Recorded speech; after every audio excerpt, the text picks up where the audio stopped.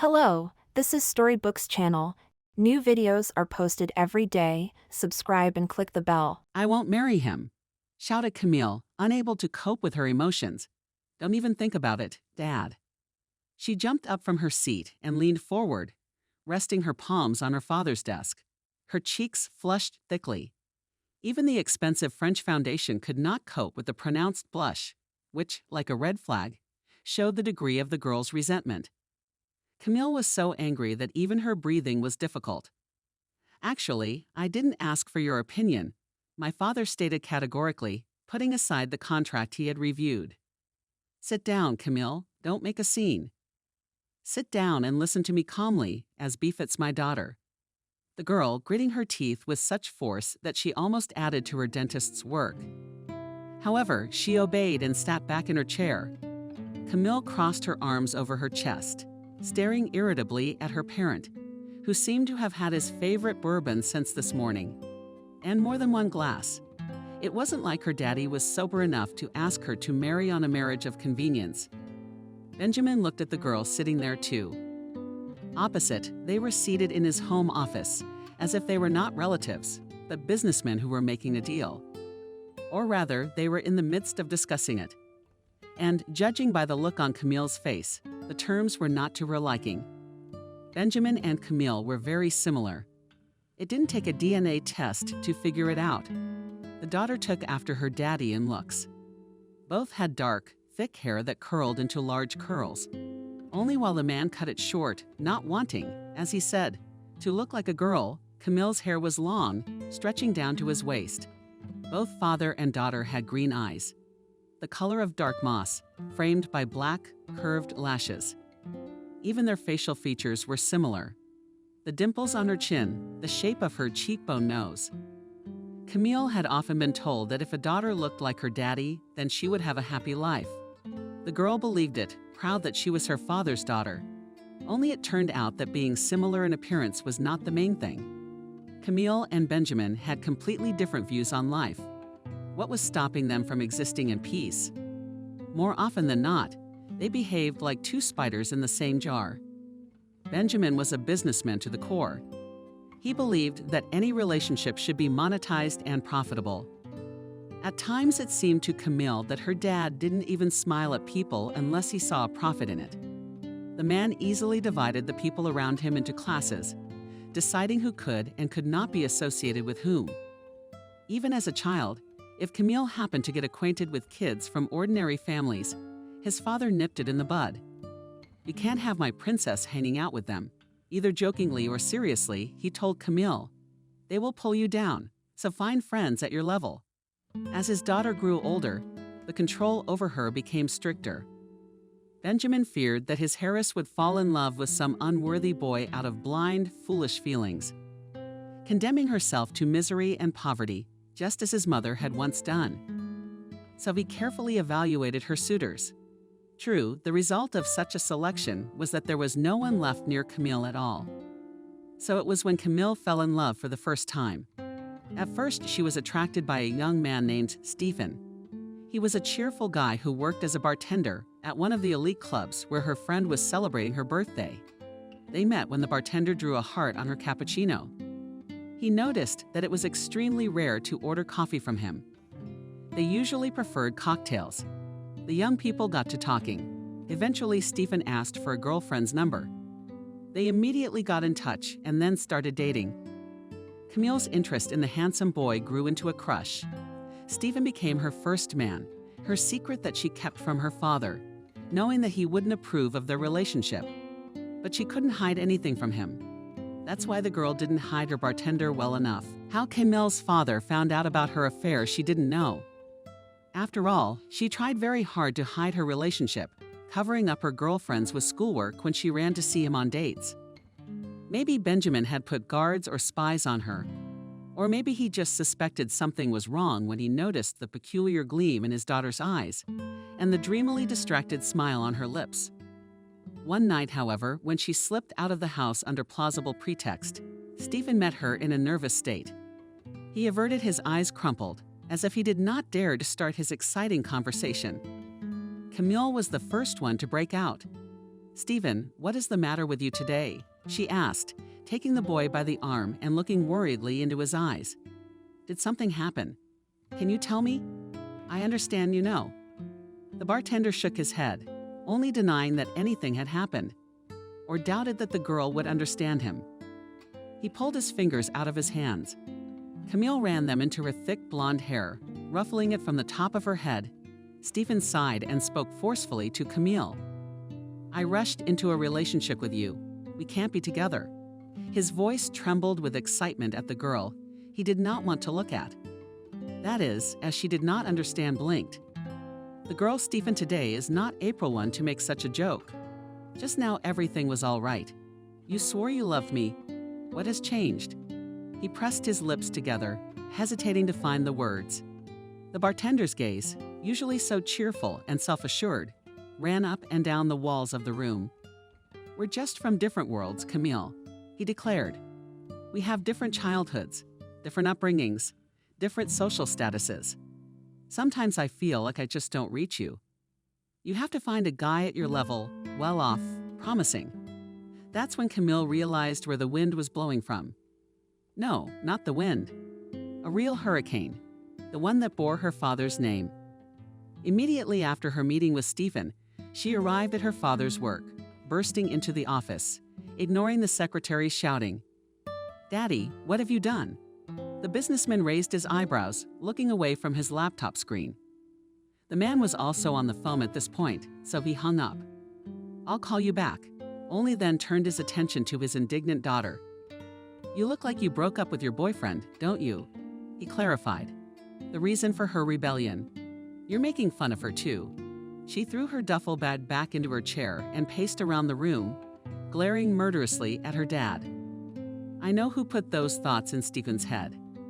He's spoken your words, Dad, just as you do. It was as if you had written it down for him and made him learn it. He wouldn't have thought of it himself. Did you scare him? Some gangster from the 90s? You're bringing back the bad old days. First of all, stop being so hysterical. You'll have a lot of Stephens and only one father," Benjamin said calmly. "Secondly, I didn't put any thoughts in his head. If there were any thoughts in his head, they must have been empty before I talked to him. I only put money in his pockets." "What are you talking about?" Camille was frightened. The man sighed, as if he did not want to explain the obvious and waste time. But he continued, "I offered your bartender a fair choice. Either he keeps dating you and who knows. Maybe you'll stay in the future, or maybe you'll be happy together. Only without my inheritance and blessing. Of course. Either I hand him a substantial bill right now, and he walks away from my daughter proudly alone. Which do you think he'll choose?" There was a heavy, oppressive silence in the office. Camille clenched her hands into fists and began to tremble, and bitter tears welled up in her eyes. "You are lying," she cried out passionately. "Tell me you are lying." But Benjamin was not moved by her tears. He thought he was acting for the greater good. "Ask him yourself, call him," he suggested to the girl, nodding at the phone. "Although if the coward did not confess, he will not tell you the truth now. Then I can ask the assistant. He will give you a report on the transfer to Stephen. Can you look up the dates and the amounts? Can you find out how much your love is worth?" In his opinion, Camille sobbed, shook her head. She turned away from her father to wipe away the unched tears with the sleeve of her blouse. "You can't bribe everyone around you," she whispered. "That's just not normal." "Did I bribe him?" Sincerely surprised Benjamin, with a wave of his hands. "I offered him a choice. Camille's choice. So consider that I did you a favor by checking the sincerity of his feelings. Now you know that money is far more important to that lowly man than you are. Maybe he started going out with you for the money too, and you foolishly, naively believed it." Camille stormed out of her father's office. She didn't speak to him for a long time after that. Of course, she was aware that Stephen's action was probably worse than her father's. But she didn't understand why Dad was interfering in her life, why he wouldn't let her make her own mistakes, and also why he so easily divided the world into black and white, and people into poor and rich, as if there were no half measures. Camille simply could not divide people into rich and poor. She thought it was unfair and even disgusting. Daughter and father often argued about it, but the arguments were never resolved. Neither of them changed their views. Only relations between relatives deteriorated. Camille understood that the origins of her father's behavior stemmed from his childhood. She had heard her father's story more than once. He was from a poor, very poor family. His childhood was devoid of miracles and pleasant moments. There were no long-awaited presents under the Christmas tree toys for his birthday. There were only his mother's apologetic smiles, a piece of cake flavored with promises from his parents. That next year, they would be able to please their son with a gift and even call their friends Emily. Grandma Camille was a kind and beautiful woman in every way. However, she, being a young beauty, without memory, fell in love with a high school boy, John. He was desperately cool by the standards of their society. He played guitar, could drive a motorcycle, smoked behind garages, skipped classes, wore a leather jacket in winter and jeans wide open in summer. The guy was handsome, black-eyed, and had his dark hair slicked back in style. All in all, like Wade Walker from the old musical Crybaby, the most cocky and brash bully, played by a young Johnny Depp in high school in the movie. Of course, all the girls fell in love with John. Emily was no exception, except that she was luckier than the others. The bully turned his regal attention to the pretty girl. He took her for a ride on his motorcycle, promised stars from the sky, the moon in addition, and sunshine in return. Naive Emily believed his vows of eternal love. She was dazzled by his radiance. As a result, for her graduation, the girl received not only a diploma, but also a test with 2 stripes. That's how she found out she was pregnant. With this news, she ran to her lover confused, in need of protection and support. Except her ex-boyfriend wouldn't marry her, saying he didn't want to ruin his life. "I am too young to be a father," he said. "If you want to keep the baby, that's your business. I'm not going to trade my bike for diapers and snot." Emily cried a lot and agonized, not knowing what to do. She just couldn't get rid of the baby. She gave birth to her son when she was 18 years old. So the young girl was left with no education, no support. But with little Benjamin in her arms, her parents abandoned her too, saying it was a shame to be a single mother at such an age. Maybe Emily secretly hoped that John would come to his senses, return to her own son. Except that he crashed his motorcycle before he could meet his hair. As a result, Emily struggled to earn money to provide for herself and her baby. Benjamin grew up in a dorm room with his mother and cockroaches. Constantly wearing his neighbor's clothes on his birthday, he was given not toys but shoes and clothes. Benjamin realized very early that he did not want and will not drag out the same existence. He started working from a young age, washing car windows that were stuck in traffic, delivering flyers to mailboxes, playing guitar in the crosswalk guitar and talent. The game was the only good thing that came to the child from his father.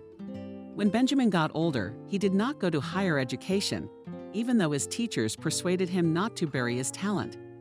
After all, the boy studied quite well. Only Benjamin realized he was not ready to sweat on the bench. He wanted to make money. At 18, when he was working in a factory, he met Robert.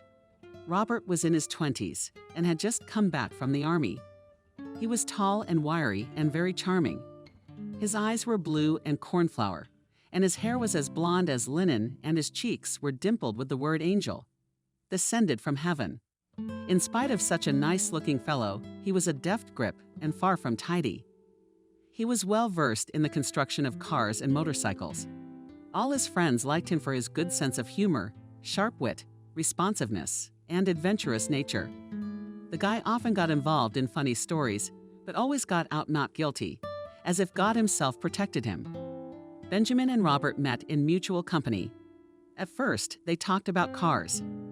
Robert had inherited his father's garage and repaired cars there for money. He offered Benjamin, who was tired of moving fresh rolls in the factory, to work with him, promising to teach him everything. Very soon, the guys realized that just fixing American car parts wasn't enough for them.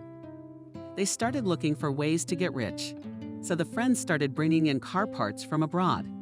And then they decided to go further, and they started moving foreign cars from Europe. They invested all the money they earned from repairs in the first foreign cars. At that time, young people dreamed not just about getting money and preferably a lot of it. They dreamed of a bright, interesting, even dangerous life. Not surprisingly, they didn't take the easiest path. Like many young guys in those years, car transshipment was considered one of the most dangerous businesses at the time. They could easily lose the money they were carrying in cash on the way to the point of purchase, and on the way back they risked losing the car they bought. In the worst case, they could even lose their lives. Many competitors were found along the road or in the woods with their hands and feet tied. And that was still a good end to the story. The main thing was that they were alive. On top of that, there was a whole host of other problems that added to the stress of the profession, forcing every minute of the hauling to be toned down. Dangers lurked at every kilometer. Trouble in the form of bandits could find them right on the road, in a hotel, at a gas station, in a store. The drivers were tricked and their documents forged. Often the luxury cars turned out to be totaled, wrecked, or even stolen. And the guys had losses and problems. In general, success did not come easily to the guys, and it was not immediately necessary to chase them. However, their friendship helped them endure everything. Soon their profits began to grow at a cosmic rate. Word spread about their business. More and more people began to come to them. They had to recruit a whole team, so to speak, to expand their staff. Why were they so lucky? The fact was that the guys worked honestly. Other carriers were not so conscientious. They passed off beat-up and painted cars, which sometimes had huge flaws, as clean cars in perfect technical condition. Of course, the competitors did not like it very much.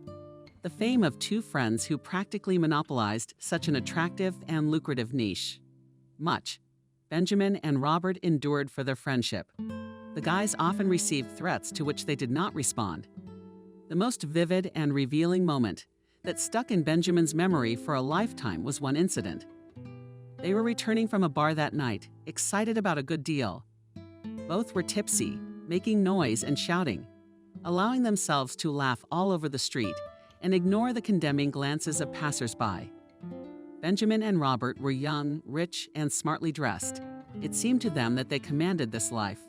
The whole world was right in front of them. They were so relaxed that they forgot about caution. So when a black car came around the corner and a gun pointed through its open window, it was too late. "Benjamin, get down," shouted Robert, warning his friend of the danger. But Benjamin, whether from alcohol or shock, froze in place. He watched as if in slow motion as the car whizzed by.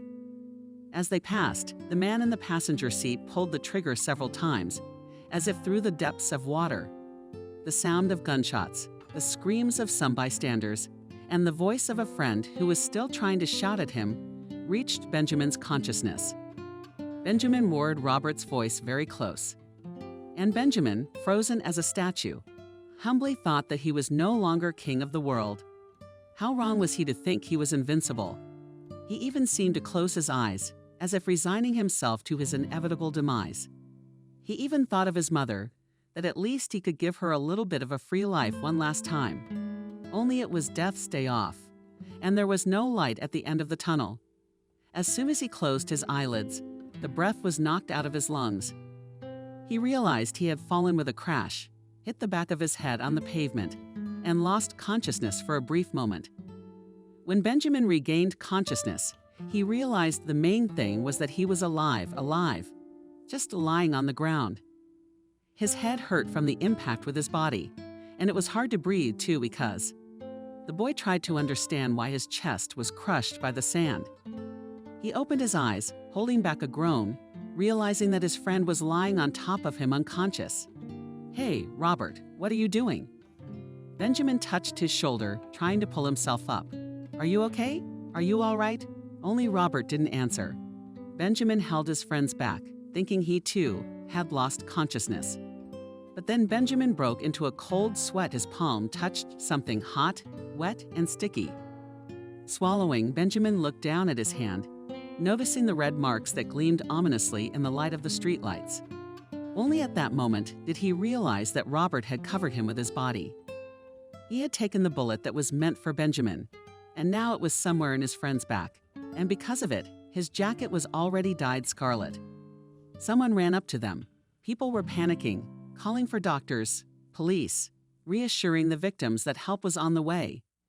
But it was as if Benjamin did not hear them. He looked at his friend lying unconscious, afraid to move. He looked and thought he would never forgive himself if anything happened to Robert. But luckily, he didn't. Robert survived. The wound was not fatal. As they later learned, the competitors did not like the success the friends had achieved. It was a warning shot. However, it did not frighten the friends, but only made them more cautious, even angrier. They went ahead and set up a business to bring in cars from auctions in Japan. Divorced the friends. The banal reason was love. Robert fell in love, got married. Yes, left the business to build a family. He moved to another city at his wife's request. She was too worried that her competitors might not forget old grudges. The woman did not want to live in a city where her husband was running a dangerous business. Yes, and did not allow him to get involved in such ventures anymore. Benjamin accepted the choice of his best friend, but still did not understand it. He was convinced that he was making a mistake, making the wrong choice. In the end, having diverged in their views on life and interests, the former friends lost touch. However, Benjamin had never forgotten the trouble that they had been in together. And of course, that Robert took a bullet for him.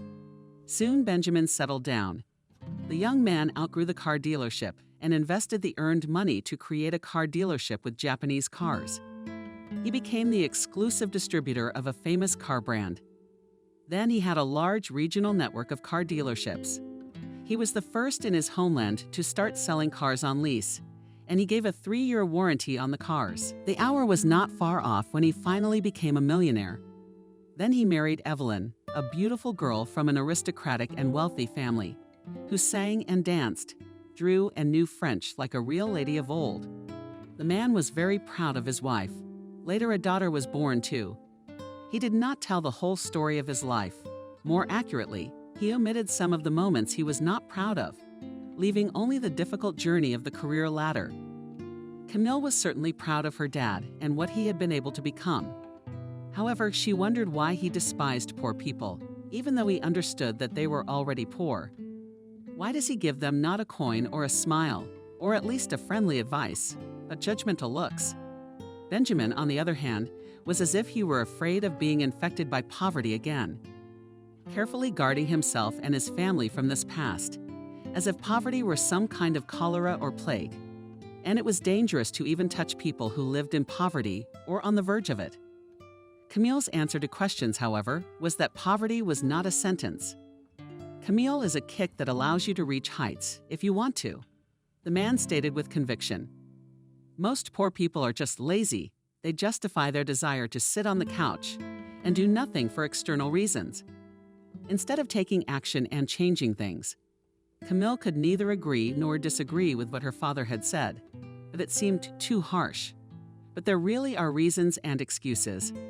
She insisted. Aren't there not enough situations where people lose everything? Maybe they get cheated or lose the memory of loved ones. Just more movies. Look, Camille rolled her eyes, skeptical of her stories, and all the more reason not to listen to any hobos or bums. Of course, they'll cheat you right away. Among them are lost princes from neighboring countries, former movie stars, writers, and artists not accepted by society. They will say whatever they want to say in order to earn money for alcohol.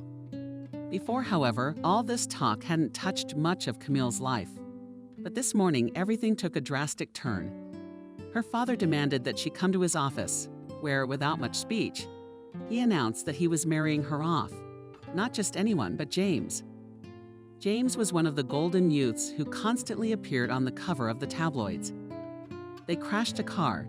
They had a fight with someone at the club. They insulted someone.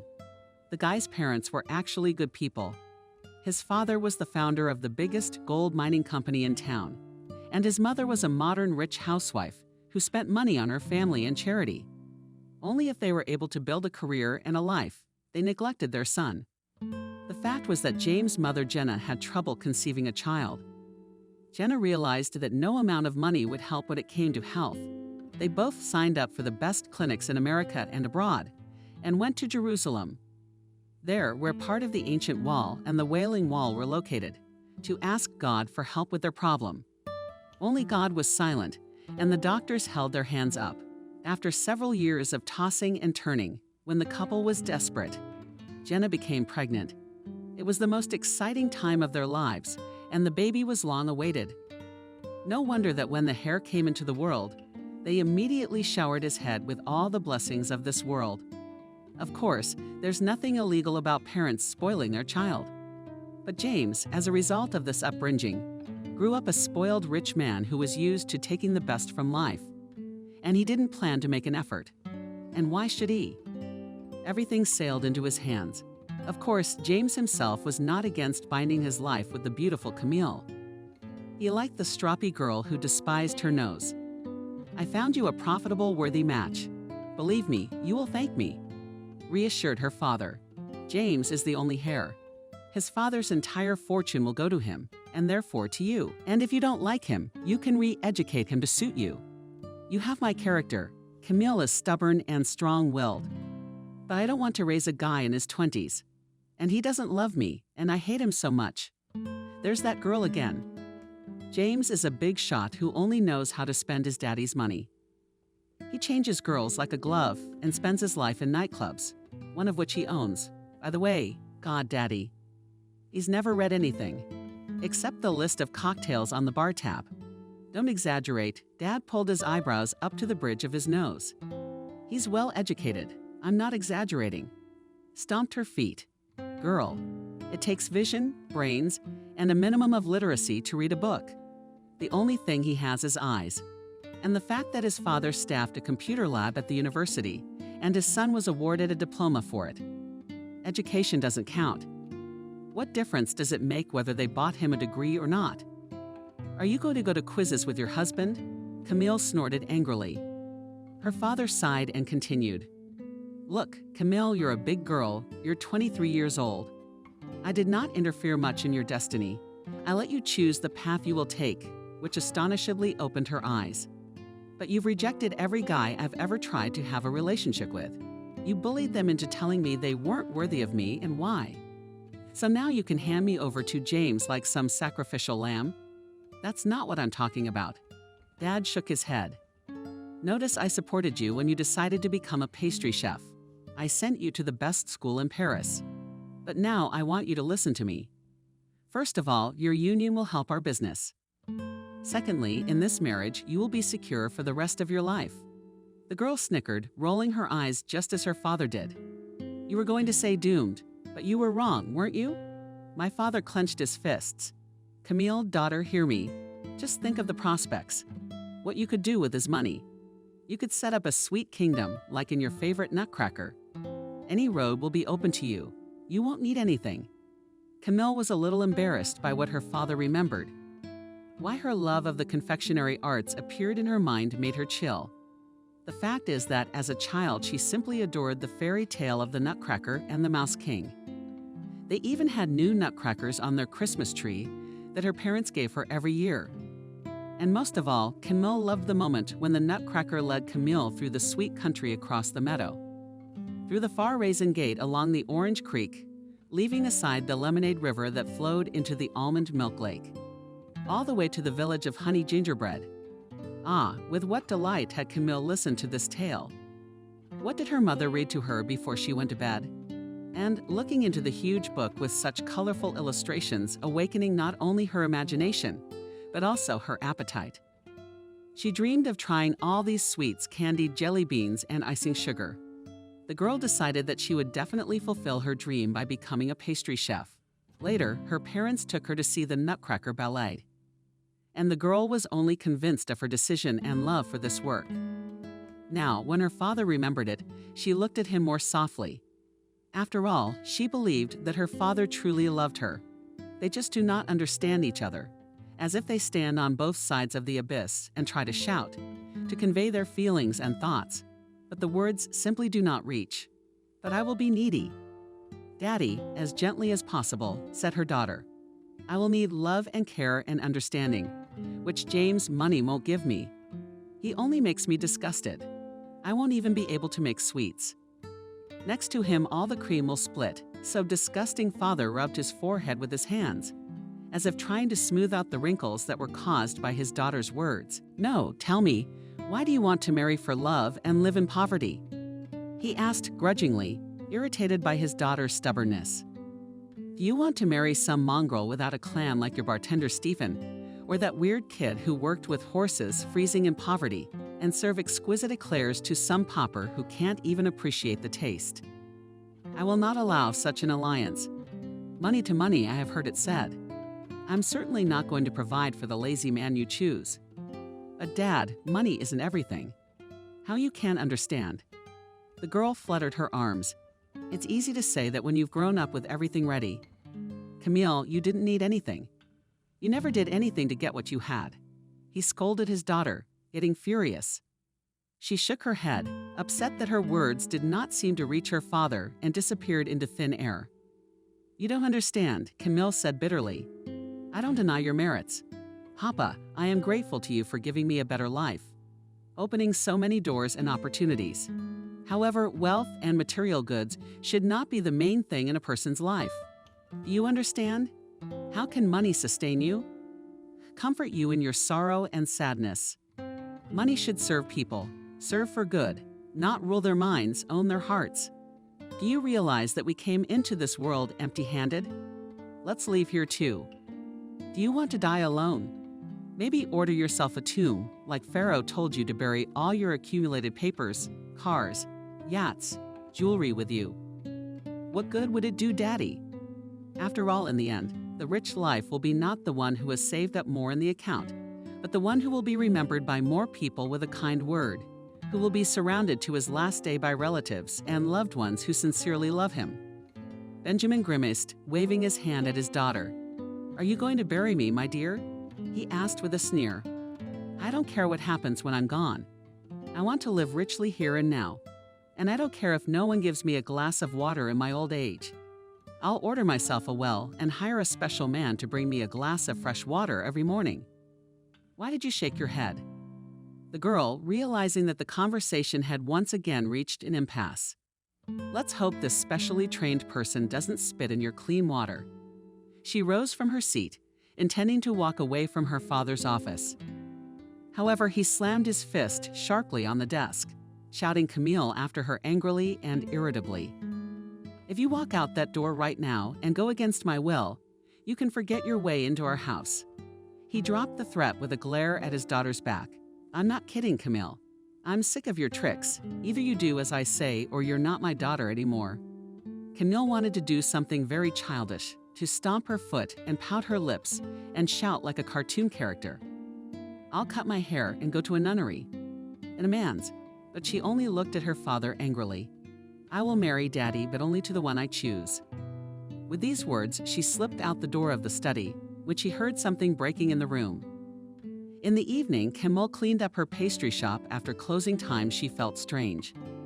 After all, Dad was right. He had given her a life, an education, an apartment, and even the chance to start her own business. Yet he couldn't force her into marriage. The girl looked around the empty room, which still smelled of almonds and vanilla. She had created it herself, devising the interior, menus, and recipes down to the last detail. Her pastry shop offered takeout desserts or seating right at the cute tables.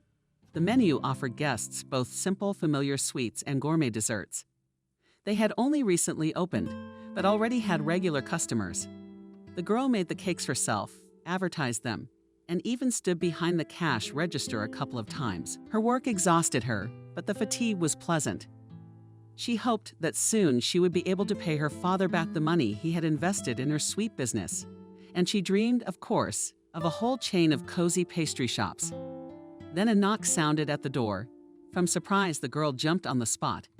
She turned around, clutching her broomstick, and looked behind the window of the shop window. A young man was standing there.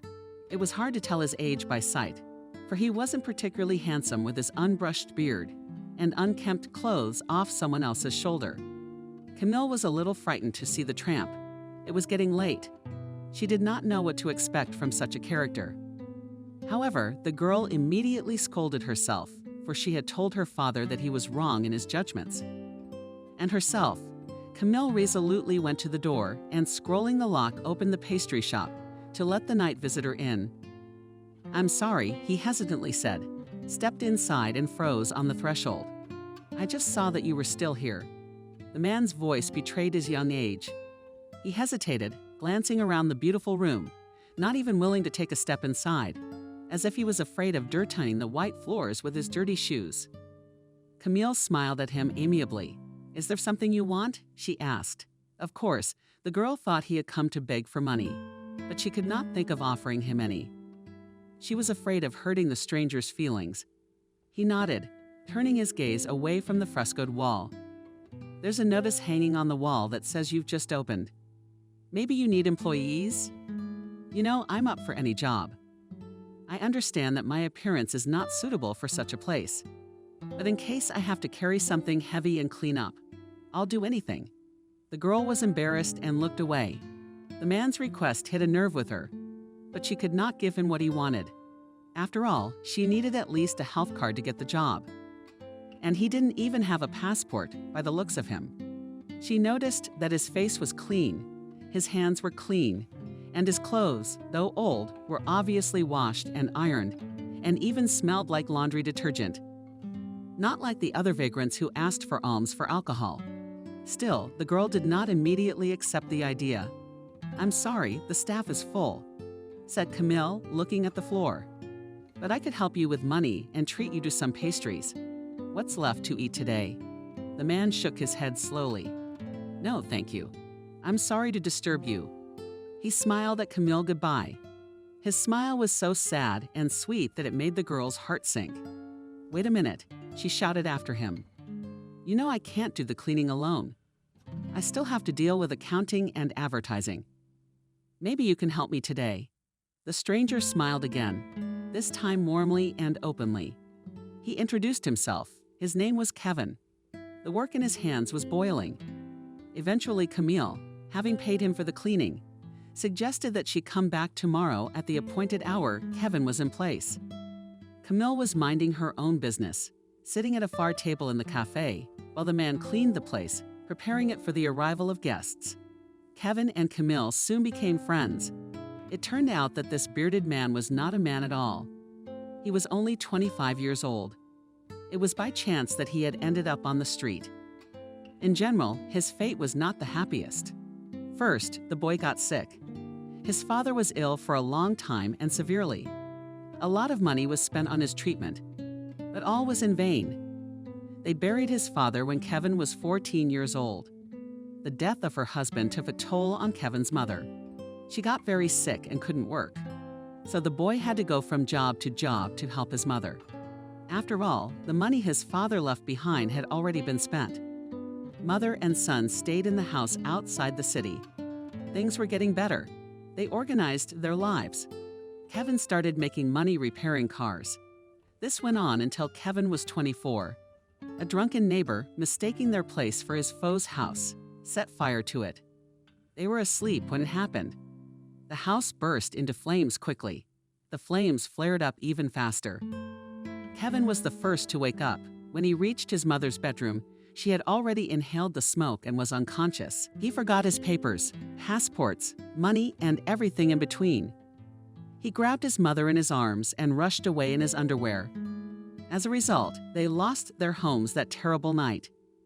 Now they were homeless, living in a shelter, trying gradually to recover their documents, wearing clothes brought to them by friends and kind people. The local administration gave the family $600 in material aid. What to do with this money and how to build a new house for it? They had no idea. Of course, they tried to sue, but in vain. To the world, it was as if they had disappeared. Kevin continued to work in the shop, but tried to moonlight in any way he could. He struggled to earn money to provide for his mother's normal life and treatment. "She supported me alone for so many years." Kevin shook his head as he finished his story. "And now she's suffering, living in a flophouse. It makes my heart bleed to be not so old. I wished it on her, because first her daddy's death knocked her down and she never got over it. Now she's lost her home too." Camille sighed sympathetically and poured her new friend a cup of tea. Did they have a new habit after work of sitting down and drinking tea with dessert that they hadn't had time to sell in the afternoon? The girl had already tried to offer Kevin financial help, but he turned out to be a proud man who achieved everything on his own and did not take an extra penny from Camille. In return, she was able to buy him new clothes, for which he simply did not want to spend money. She took him to the barber shop on the condition that he could work for her and not be intimidated by the sight of a forest ranger who had escaped from the taiga.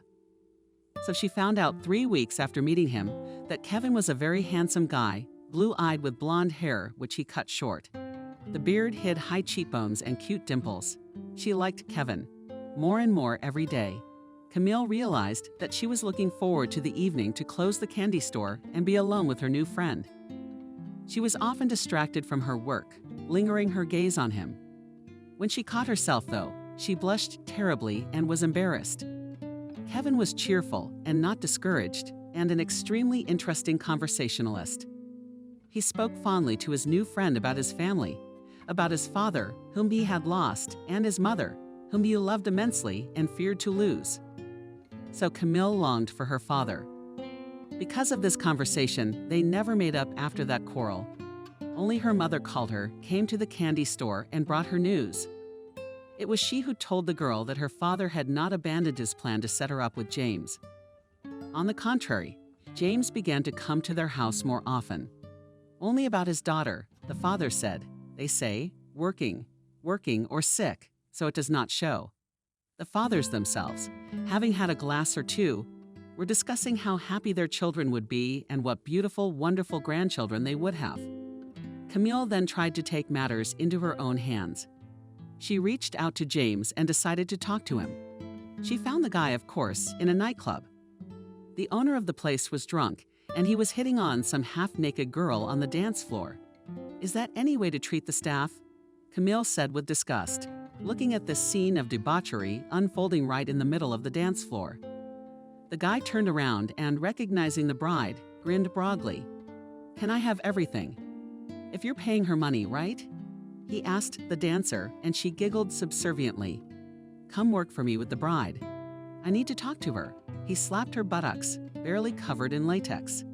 He followed the dancer with a glance, then looked at Camille again. "What are you doing here, my love?" he asked, nodding at the empty table and motioning for her to sit down. "I've come to talk some sense into you," she snorted, pushing her long hair down her back from her shoulders. "I hope you weren't here to make a jealous scene, were you?" he asked, smoking a cigarette. Camille was taken aback by the question. Who was he to make her jealous or make a scene? "No," she shook her head. "I want you to break off the engagement." The boy exhaled smoke in her direction. The girl wrinkled her neat nose and waved her hand in front of her face, trying to dispel the smell of tobacco. "And I don't want to." I shrugged. "But why not?" Camille was sincerely surprised. Looking out into the nightclub and the wet bodies of the guests who were dancing to the loud music.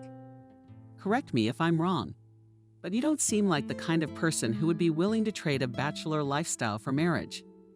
Then why would you want to do that? Do you want to settle down? I don't believe that. Our fathers have a mutually beneficial arrangement. By the way, it's not a relationship, it's a business. Oh, baby. You'll understand when you grow up. So our marriage is a done deal. Deal with it," he declared, categorically inhaling again. James looked at his fiancée with mocking pleasure. He took pleasure in her anger. The girl didn't know, but she guessed there was a personal score involved. James and Camille had known each other since they were 10 years old. In high school, the girl had grown into a beauty. Only this beauty was not available to James. It really pissed him off. He always got what he wanted. He snapped his fingers and lured a model or a singer to him, and she laid the carpet beneath his feet.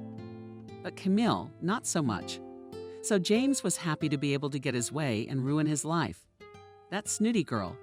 So you're ready to be a faithful husband, a decent family man, have a bunch of kids and all that.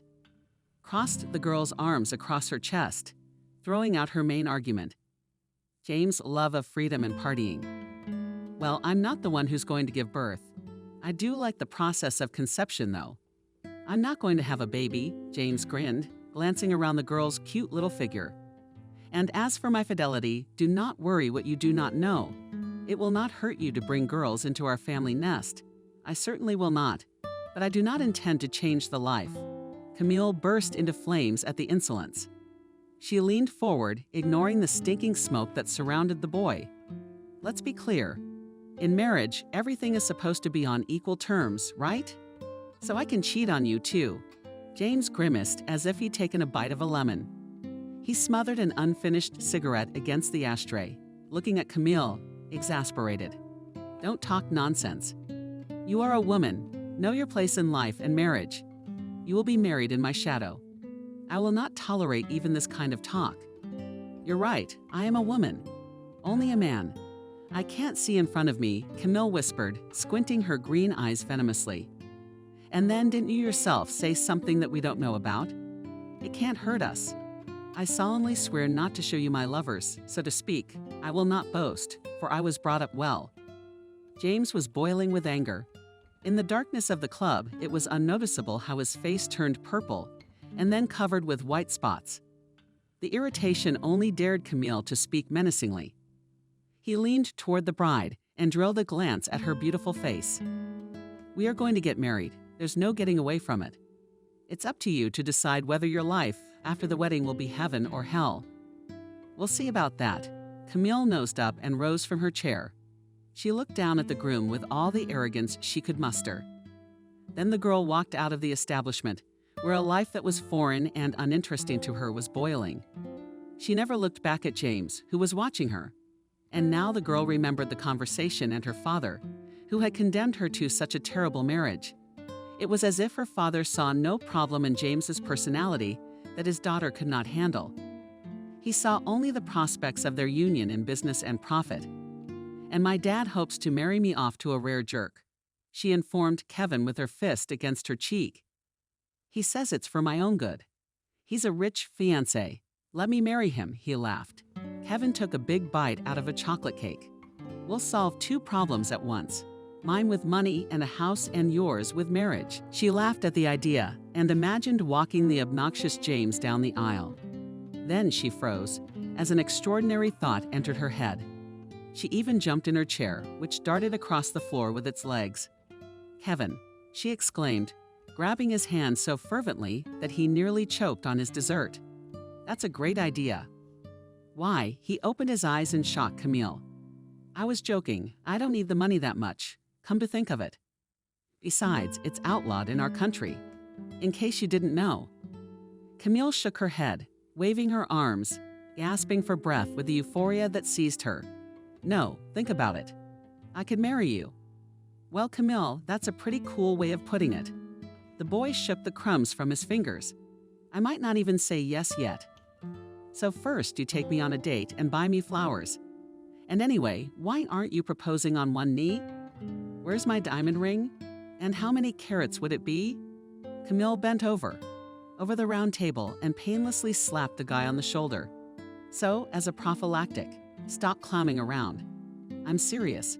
She wagged her finger at him and started to sketch his perspective. "Just imagine, we're getting married.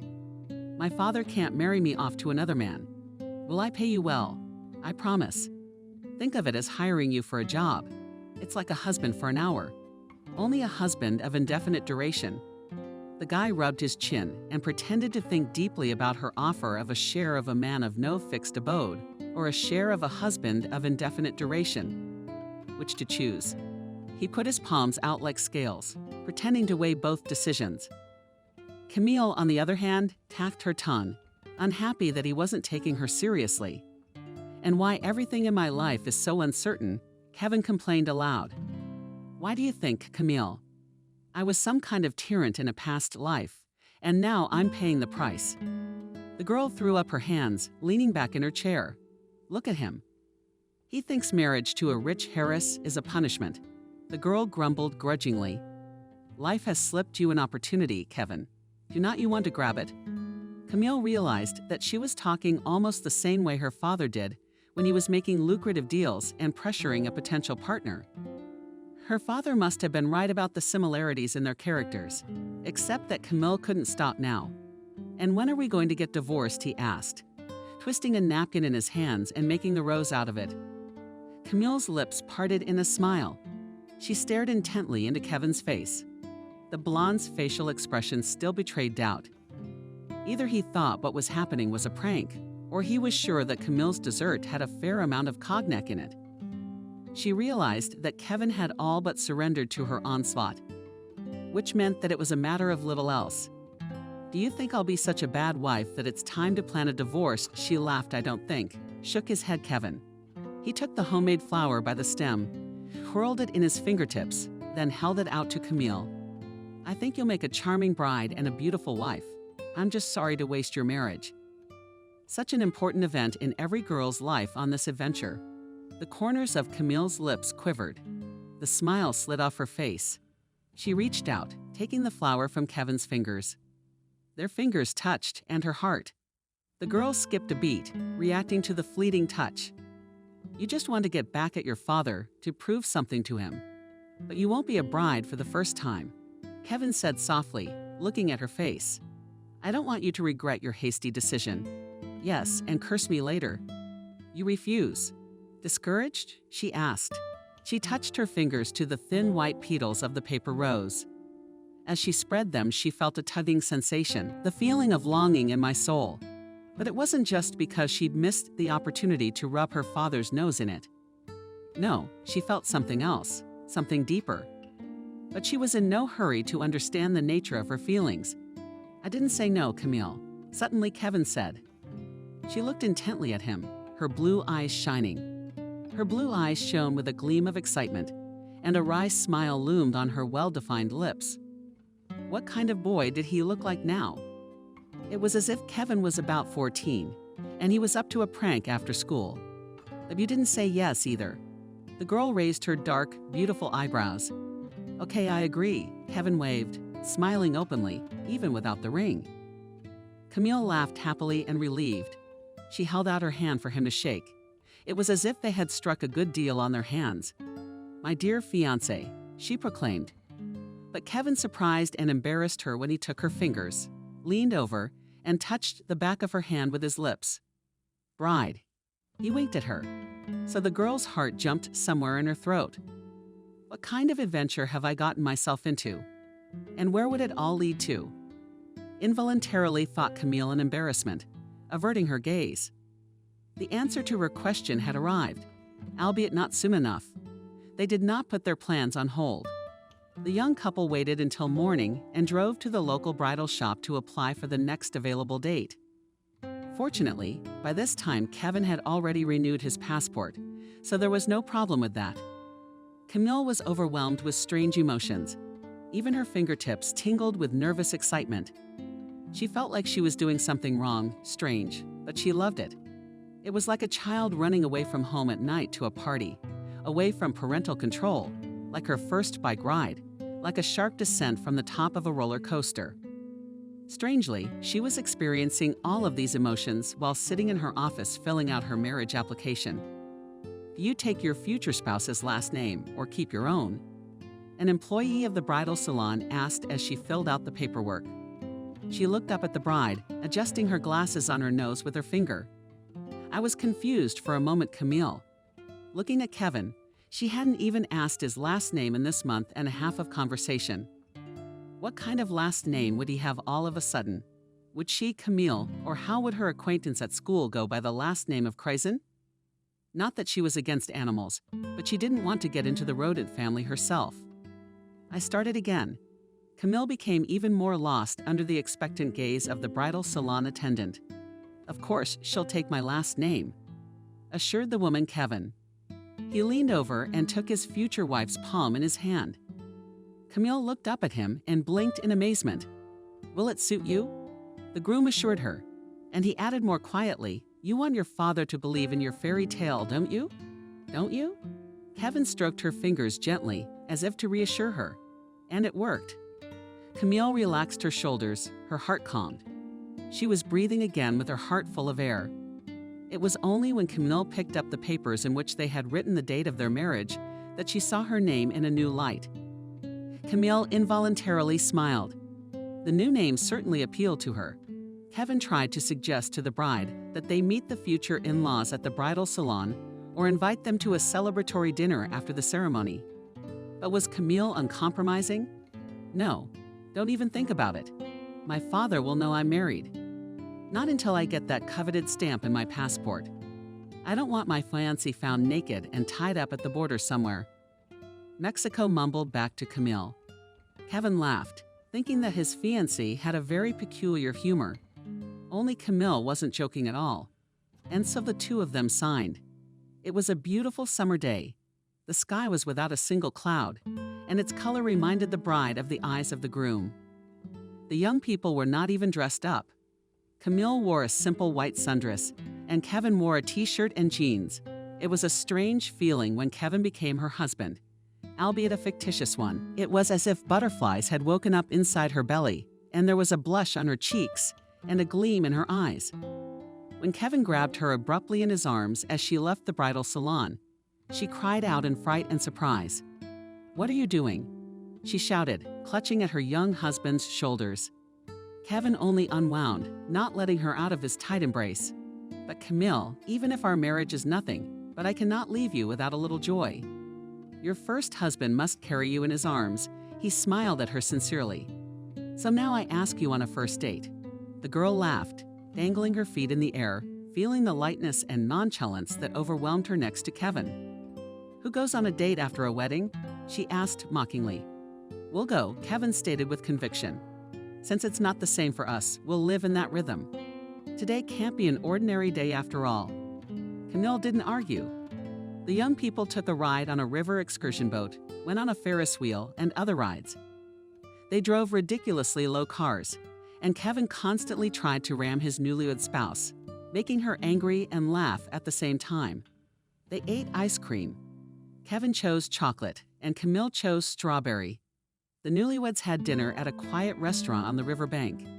At the same time, Kevin, in spite of money problems and economy, paid for his wife everywhere. When Camille tried to draw the folder with the bill to pay at least for dinner, Kevin shook his head. Stopping her, he covered her hand. Camille with his palm, carefully withdrawing the bill. "I can't let you pay the bill. I asked you out on a date," he explained. "Let's not kill my manhood." "All right, and I asked you to marry me," Camille tried to retort. "Oh, you'll probably pay for that."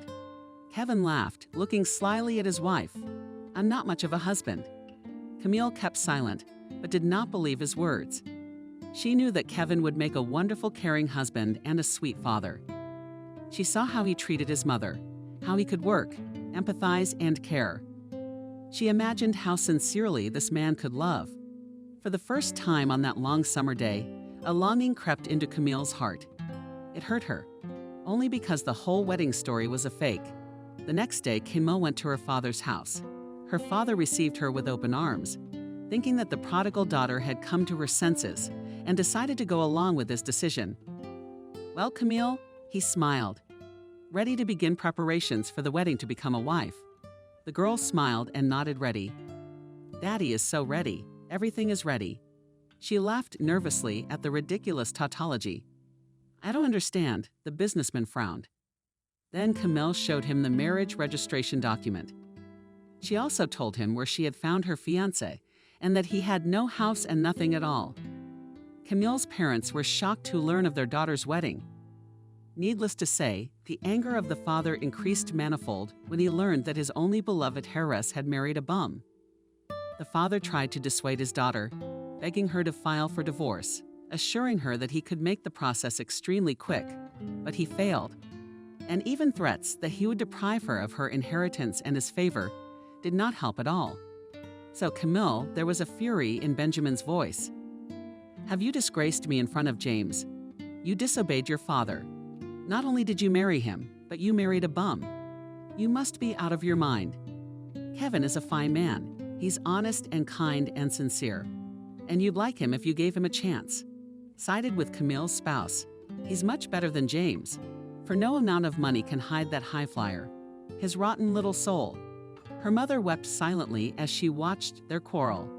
She was a kind woman. Only she did not want her daughter to become a tramp's wife either. Benjamin was all puffed up with indignation. You're a fool, Camille. You ruined your own life, and now you have to save yourself. I never want to see you again. Hear me, I disown you. I no longer have a daughter.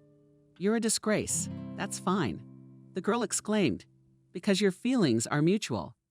At last we understand each other. Daddy." She ran out of the living room of the house where the family had gathered at that hour.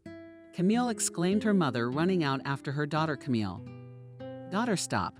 Daddy overreacted. He didn't mean to." But Camille would not listen to her parent. Her cheeks burned and her eyes filled with tears. The girl rushed away from the house she had grown up in. Kevin comforted her that night, letting her cry, resting her head on his shoulder. He stroked her back, reassuring her that things would get better. "Your father will cool down, Camille," he said. "You'll see. Time will pass and everything will work out. You just don't know my father very well."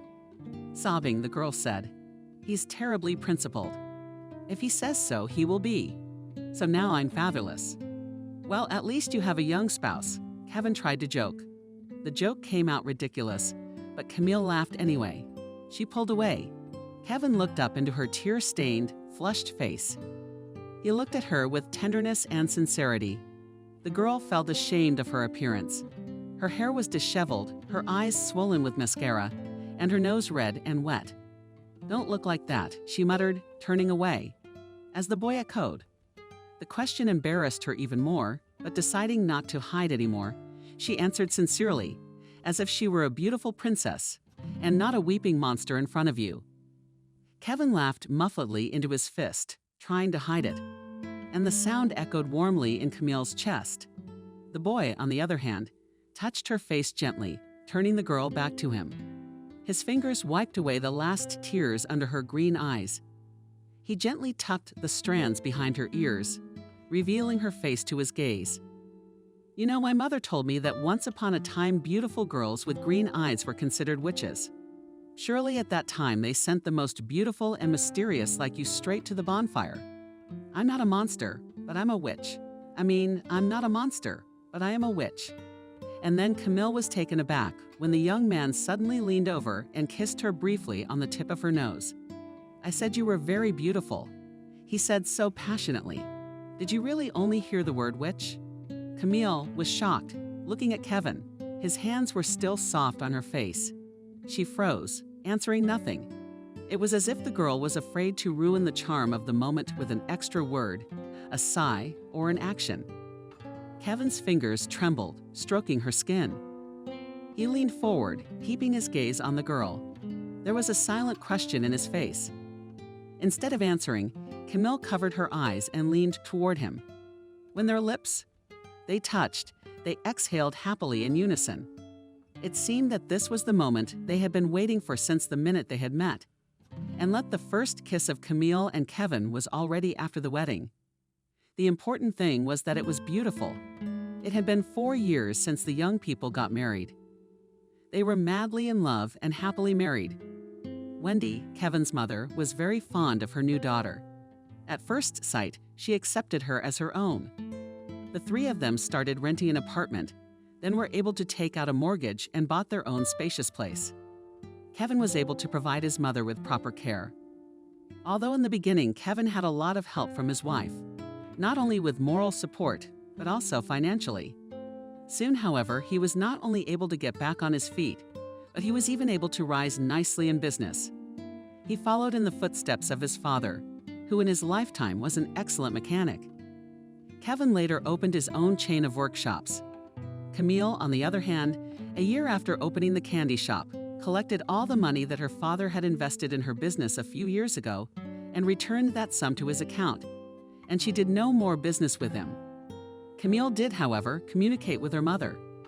They did not talk about her father, though the girl understood that her parent passed all the news on to her father, and so it was. And then one day my mother came running home with burning eyes and a smile on her face. "Benjamin," she shouted into the depths of the empty house. "Benjamin, Benjamin, where are you? Why are you yelling? Like a victim?" A man came out of the kitchen. "Is there a fire or something? Do you have any idea what happened?" she exclaimed, pulling the thin scarf off her neck. "Camille is pregnant. She and Kevin are expecting a baby. We are going to have a grandchild. Something inside Benjamin shuddered, trembled. He turned away from his wife so she wouldn't notice the tears welling up in her eyes. It was not honorable. It wasn't proper for him to cry from the news as a woman. That was lovely news. He muttered muffled. And when to give birth? 6 months. The wife informed him in great excitement. Just enough time for you two to make up. I don't need it, said the husband. With a heavy heart. Let her live her life. I'm glad she's doing well. His words were true. He was glad his daughter was right. Of course, if her husband had turned out to be a mistake, he would still take her back home. Whatever he might have said at the time in the heat of the argument. But now the father was happy he was wrong. He was secretly learning about his daughter's life, rejoicing at her successes, that she had opened several more pastry shops. And once his wife even brought him cakes that his daughter had released before Christmas and named Nutcracker. Only to step on his pride and make peace with his daughter Benjamin could not, and did not see her for several years, being content only with the stories of loved ones. He was afraid to look at her face, and he did not know what he was afraid of, that she would not accept him back as a father or that he himself would forgive her. Only when he looked at her face. As time passed, one day gave way to another. Nothing in Benjamin's life changed, nothing pleased the man. He realized that he was counting down the days until the birth of his first grandchild. He had exhausted his wife with questions. What hospital does the boy give birth in? Asked the kind-hearted father, preventing his wife from making homemade borscht. Is everything ready for her? The room is good. I hope the doctor is trustworthy. She's in a paid clinic, gives birth. Right. She didn't go to a regular hospital on principle. She's completely healthy. The woman was waving it away with the ladle she was using to stir the soup. Call her and ask her, she said grumpily. You've been harassing me all over the place. I'm worried about Camille too, by the way, aren't you? Benjamin sighed, and then he left his wife behind, but came back again with another round of questions. They're doing fine with the money. They got the nursery set up, maybe something to buy. Are you getting a gift at all? Are you thinking about having a baby? Her mother just sighed, pushing her husband away. She couldn't understand how he had become so generous over the past couple of years. His heart must have thawed.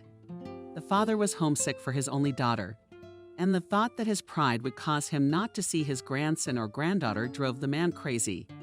A few months flew by like the blink of an eye. And then Evelyn brought home another piece of good news. She gave birth. The woman exclaimed, crying, with emotion overflowing. Kevin just called me. Camille had a daughter. Gave birth to a granddaughter. At that moment, Benjamin was sitting at his desk, working on his laptop. When he heard his wife's words, he jumped up quickly, as if he intended to run somewhere. Then he fell back into the chair like a wreck, because his legs were weak and could not hold him. Thank God, the man muttered, wiping sweat from his forehead. Thank you, God. Evelyn, tired from her run to the second floor, collapsed into the chair across the hall. Her husband looked at her and demanded to know how their granddaughter is. All are well. You are not silent, Evelyn. At least let Benjamin come to his senses. The woman resented him, still shining with happiness. Everything is wonderful for them. The birth came on time, went well. Kevin was present at the birth because our Camille was afraid to give birth alone. He said she swore at him while the contractions were going on. Said it was all his fault. Benjamin smiled, recognizing his daughter. He got up from his seat, walked over to his wife, put his arm around her shoulders, and kissed her forehead. I cannot believe it. That we have a granddaughter now? He whispered reverently. They will be discharged in 3 or 4 days. Evelyn told her husband, touching his arm. I'm going to our house to wash my granddaughter's heels. Will you come with me? There was silence in the room. Benjamin said reluctantly, What is this tradition of washing feet? Do you know where it came from? First, it wasn't the baby's heels or feet that were washed, but the baby's hooves. This tradition did not accompany the appearance of a new person, but the purchase and sale of expensive cattle. So the hooves were washed for the horse the woman only snorted, making herself more comfortable in her husband's arms. Don't grumble, please. Thank you for this brief reference, but the question remains open. Are you going to go see your granddaughter? The man chewed his lips, but firmly said I would, if my daughter accepted. I'm going to see my granddaughter, as you say, to wash her heels. A happy smile appeared on Evelyn's face. She realized that the reconciliation of her two relatives was very close. Benjamin went into his daughter's apartment for the first time, and there was already a prepared table and happy parents waiting for them. The child was awake at that moment, so she was a little tired. But the proud mommy showed her child to everyone. Her eyes were like her daddy's. Wendy insisted. Children's eyes are often blue. They can still change color, her son informed her. Evelyn and Benjamin entered the room just as Camille handed the baby to Grandma. The baby wrinkled her nose unhappily as she was taken away from her warm mother, which smelled so good with milk. It was as if she was contemplating whether to cry or be patient for a little while. At that moment, Camille looked up and noticed the guests. She immediately met her father's gaze and was taken aback. He looked at her with eyes full of love and regret, and there were tears glistening in them. But Benjamin could not control his emotions when he saw his daughter with a newborn baby in her arms. My daughter. The man was the first to begin, stepping into the room. His voice let him down, trembling. Only Camille did not let him finish his sentence. She rushed to her father, hugging him tightly, clinging to her daddy.